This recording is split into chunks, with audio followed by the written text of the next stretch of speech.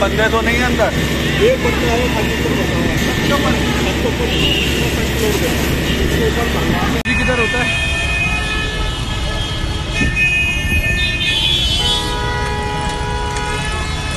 Cash value के अंदर आग लग गई है, देख सकते हैं आप।